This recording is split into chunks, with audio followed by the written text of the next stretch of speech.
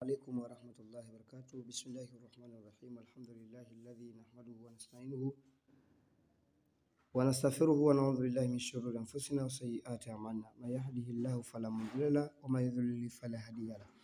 وأشهد أن لا إله إلا الله وحده لا شريك له وأشهد أن محمدا عبده ورسوله رسله بالهدى ودين الحق ليظهره على الدين كله ولو كره المشركون. أما بعد. Baada ya kumshukuru Allah subhanahu wa ta'ala na kumtakia rahma za ziada kiongozi wa umma Mtume Muhammad sallallahu alaihi wasallam. Ndugu zangu katika imani, leo tutajifunza kuhusiana na Qur'ani tafsiri kutoka katika surati Al-Furqan. Kwanza ya 68. Mwenyezi Mungu Subhanahu wa Ta'ala anasema baada ya billahi minash shaitani rajim, bismillahir rahmanir rahim, walilladhina la yad'una ma'a Allahi ilahan akhar, na wale wasiomuomba Mungu mwingine pamoja na Mwenyezi Mungu, wala yaktuluna nafsa allati harrama Allahu illa bilhaqq, wala hawaiui nafsi aliyoharamisha Mwenyezi Mungu isipokuwa kwa haki, wala yazinun, na wala hawazini. Wa man yafalu dhalika yalkathama, atakayefanya hayo basi atapata madhara.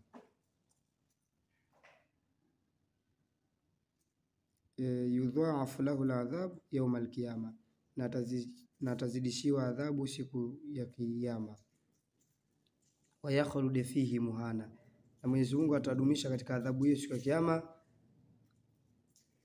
milele. Illa man taba wa amana wa amila amalan saliha, isipokuwa yule atakayetubu na kufanya vitendo vizuri.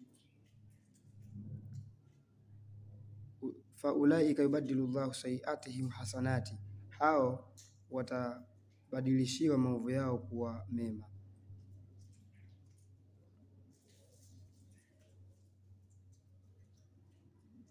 Naam, tuishie hapa. Mwenyezi Mungu Subhanahu wa Ta'ala amewataja watu wenye maovu kadha. Maovu ya kwanza, wale washirikina, watu wanamshirikisha Mwenyezi Mungu Subhanahu wa Ta'ala na miungu wengine. Lakini pia amewataja watu wanaua watu kwa nafsi za kwa nafsi kwa bila ya makosa. Lakini pia amewataja pia watu ambao wanaozini. Mwenyezi Mungu Subhanahu wa Ta'ala ametaja madhambi ya makubwa kwamba wanaofanya hayo basi Allah atawapa adhabu duniani hapa ya madhara,